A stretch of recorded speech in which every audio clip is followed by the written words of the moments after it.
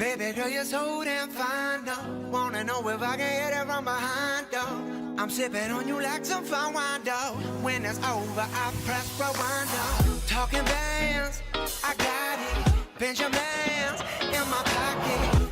I traded my truth for some robins. And he playing Batman, but he's gonna rob me. Yeah, I got the Glock in my pocket. 17 shots, no 38. Yeah, I got the Glock in my pocket.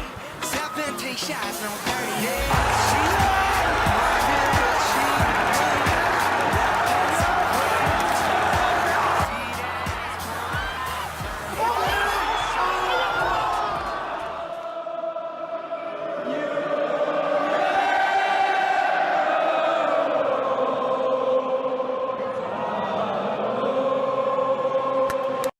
And we're going to move on to Manchester City now. They drew 2-2 with Tottenham Hotspur, took the lead through two blundering errors of Hugo Lloris, headed the ball straight into the chest of Sané, and then was unable to retrieve the ball on the ground, and De Bruyne tapped in the second. But so there, Pep Guardiola was saying that he feels that the media are ruling him out of the title race. Do you think that's right, Bryce? Do you think media are right to do that? That rule Manchester City already out the title race?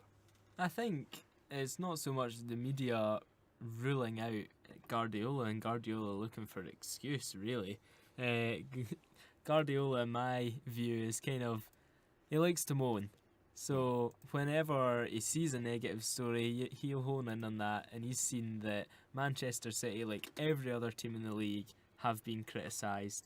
And I mean, it is, at the moment, kind of fair. Manchester City have a lot of money. They've spent loads of money in the summer bringing in new players, and this big fancy manager who's managed teams like Barcelona and Bayern, who have been really, really successful. Now he's come to Manchester City with the same amount, if not more money, and he's not been able to kind of replicate that so far.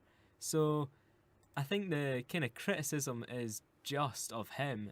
I wouldn't say that it's right to kind of wipe out Manchester City from the title race. Yeah, there's still quite a few matches to go there, and a quick kind of change in form for them, you know, against bigger teams where they can take points off those top five. There's absolutely no reason why they can't get back into a challenging spot. And yeah, look, Pep Guardiola himself was very given a lot of praise for Pochettino and his Spurs side, praising a lot of players like Dele Alli, Lamela.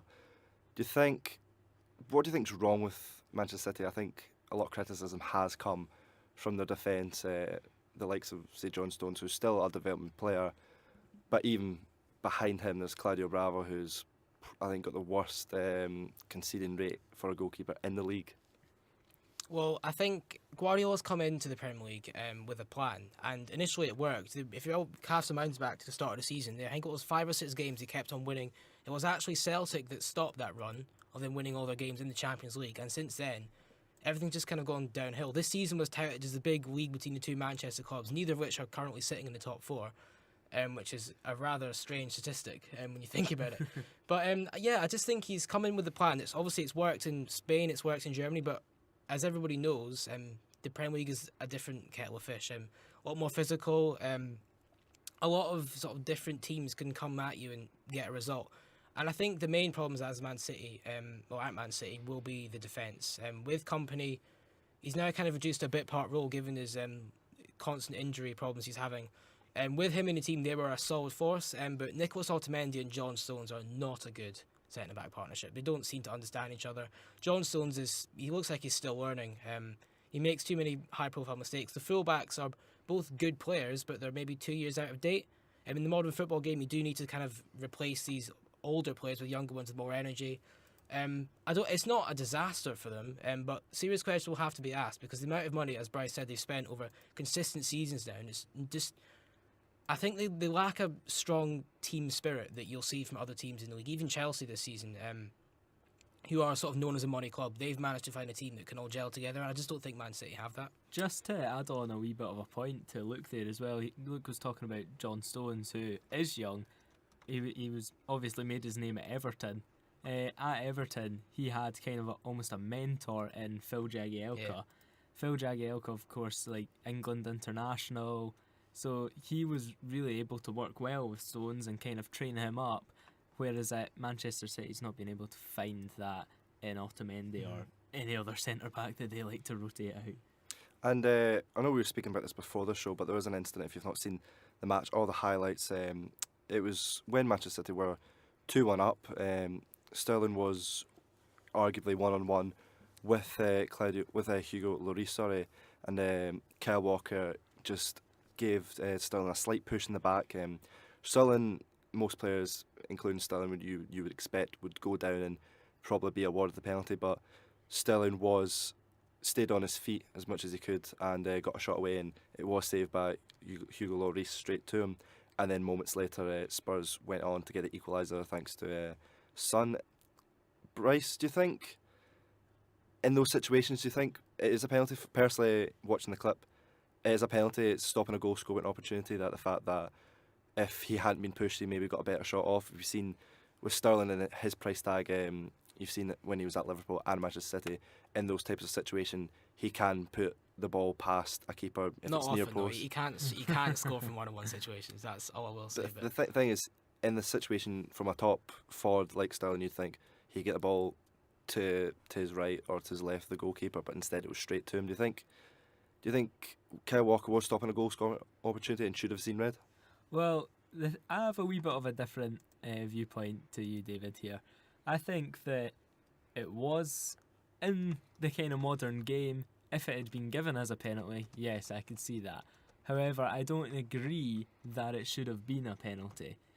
He got a shove on the shoulder, which made him, maybe a wee bit off balance. He still got a shot away. And is that kind of denying a goal scoring opportunity? No, he still had the opportunity to score. Yeah. This whole kind of football is kind of getting a wee bit. We're rewarding Sterling for getting on his feet here. Next we're going to be rewarding him for turning up for the kickoff. Like, it seems a wee bit silly to me that a wee shove could have resulted in a penalty. And I'm not saying that it shouldn't have been a penalty, because we've seen this season a lot less for that. But I'm thinking the whole kind of rules around penalties needs to be made more clear. And I don't really agree with the fact that this is kind of, the physicality has been taken out. Players like Llorente at Swansea, who is, a big physical presence, scoring a lot of goals, but you don't see him getting the media attention when he doesn't get a penalty, because he doesn't make a big deal out of it. I think it's just something that needs to change, in my opinion. I just want to quickly add, Bryce, I pretty much agree with what you're saying, that I don't think it was a penalty, but I think we should give a little bit of credit to Sterling, 'cause I know a stronger player might have been able to withhold that push and potentially score the goal, but he did resist the temptation to go down, and if he did go down, I'm pretty sure that the referee would have had to have given the penalty, send Kyle Walker off, and that probably would have given Man City the win. So I don't want to call it honesty, because I don't really think he should go down for it, but other players would have done.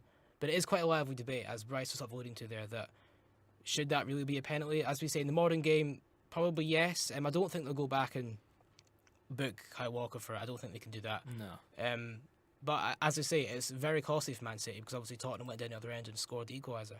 Yeah, physicality has been a main issue in the Premier League these past decade or so. If you went back to the 90s or the early 2000s, a lot of players would get in two-footed challenges and going on the down quite easily, and the referee probably wouldn't even give a booking. It would just play foul or play on.